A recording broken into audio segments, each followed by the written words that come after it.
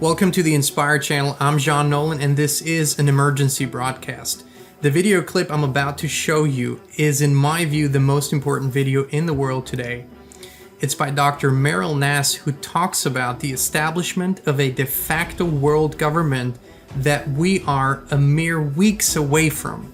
Now, we've reported on this many times. It is now here. It is now imminent. I encourage you to watch this clip, and afterwards, please stay tuned because I'll tell you what exactly we can do to alter the course of this.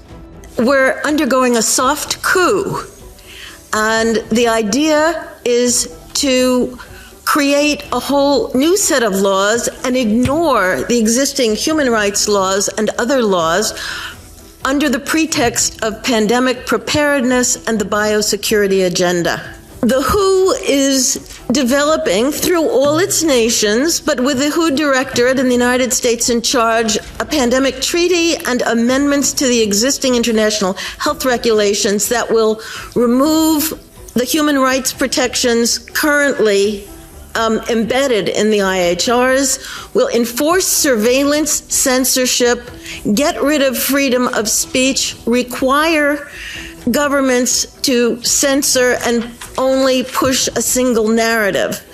Also, we will be subject, if they can make this work, to vaccines developed in 100 days, which the organization CEPI is planning to do. And one of the people who founded CEPI was Jeremy Farrar, who is now the chief scientist at the WHO, to bring this forward. Other things that amendments do is to bind the states so they're no longer recommendations but enforceable edicts, provide a liability shield, get rid of intellectual property rights, move supplies from one country to another, enforce digital passports, and the Director General of WHO can demand that a pandemic or a potential pandemic exists. He can just declare it with no standards, and then countries around the world will have to obey. Also, the WHO will tell you what drugs you can and can't use in your nation once a pandemic is declared. Obviously, the budget will increase. One Health is another part of this.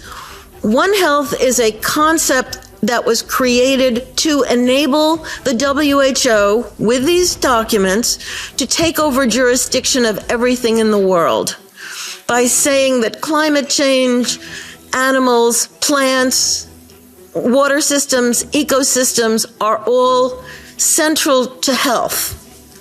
Also embedded in this concept is a peculiar notion that humans are no longer of greater value than animals. All right, we've talked about this. The takeover of the WHO, the WHO, is imminent. If this comes to pass in May of this year, then they will have the authority to dictate to all 194 member nations pretty much whatever they want, okay?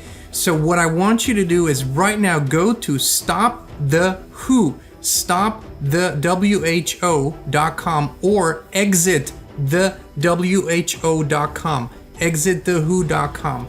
James Roguski, that is his website, his Substack, has put together the most comprehensive and complete body of information, what you can do, what you need to know, who you can call, who you can email.